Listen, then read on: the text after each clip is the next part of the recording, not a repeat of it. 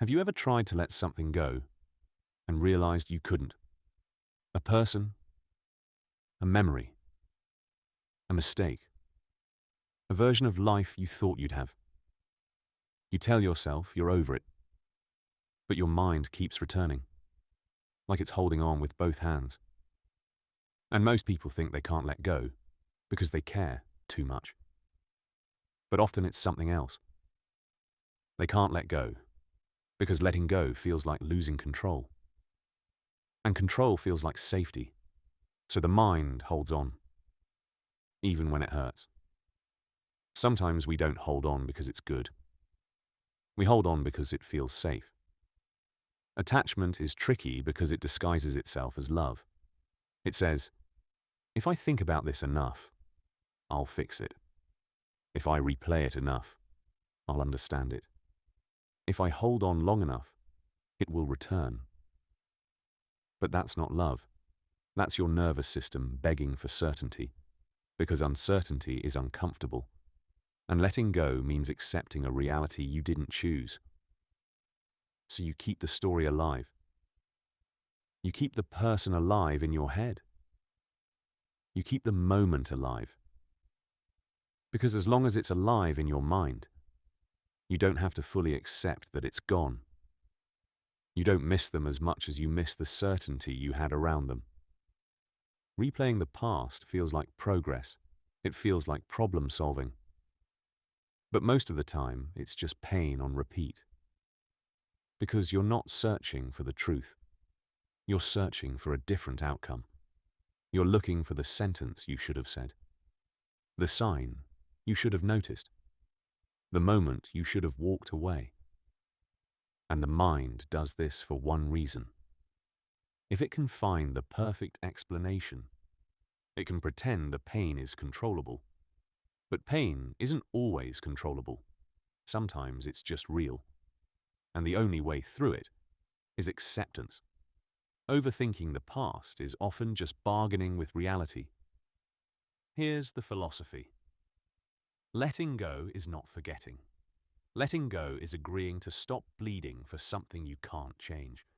It's choosing peace over the need to be right. It's choosing reality over fantasy. The Stoics would say the same thing in different words. Some things are within your control, and some things are not. And suffering grows when you demand control over what isn't yours to command. Because the mind says, this shouldn't have happened, but reality says, it did. And peace begins the moment you stop arguing with what already is. Peace begins when you stop negotiating with reality. People love the idea of closure. They think, if I could just get one conversation, I'd be free. But closure is rarely something another person gives you. Closure is a decision you make. Because even if someone explained everything perfectly, your mind could still ask, but why? The mind is endless. It can always create another question. So if you wait for the perfect explanation, you might wait forever.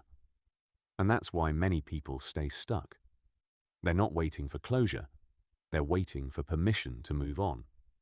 Closure isn't a conversation. It's a choice. Sometimes you're not holding on to a person. You're holding on to an identity. The identity of who you were with them. The identity of the future you planned. The identity of, this is how my life was supposed to go. So letting go isn't just losing them. It feels like losing you. That's why it hurts so much. Because the mind doesn't only grieve people. It grieves timelines. It grieves expectations. It grieves imagined futures. And that grief is real. Even if the future never happened. Sometimes what you're mourning isn't the person. It's the future you imagined. So how do you actually let go? Not with force. Not by stopping thoughts. But by changing your relationship to them. When the memory appears, don't fight it. Label it. That's the old story. That's the bargaining. That's the fantasy. And then return to the present. Because every time you return, you weaken the attachment. Not instantly, but over time. You're teaching your brain, we don't live there anymore. You don't let go once, you let go daily. Letting go doesn't mean it didn't matter. It means it mattered, and you're choosing to live anyway. Because holding on won't bring it back. But holding on will steal today. So if you're stuck, don't ask, how do I forget? Ask, what am I still trying to control? And then remember, you can't control what happened, but you can control what you give your life to now. Letting go is choosing the present over a past you can't rewrite. And here's a truth that hurts, but frees you. Sometimes you don't want to let go, because letting go means admitting you didn't get what you wanted.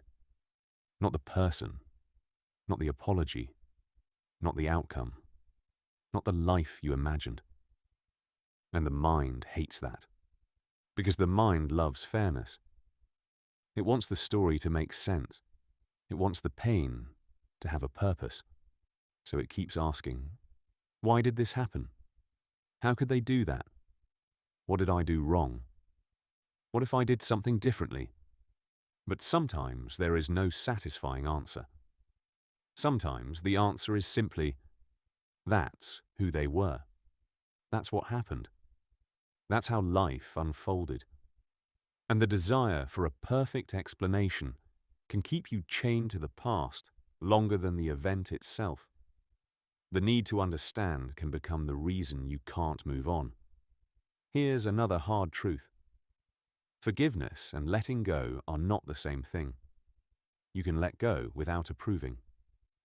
You can release the story without pretending it was okay. Letting go is not saying they were right. It's saying, I'm done paying for this with my peace. Because resentment feels powerful, but it's a power that burns you. It keeps you alert. It keeps you tense. It keeps you connected to the person you're trying to escape. And that's the trap.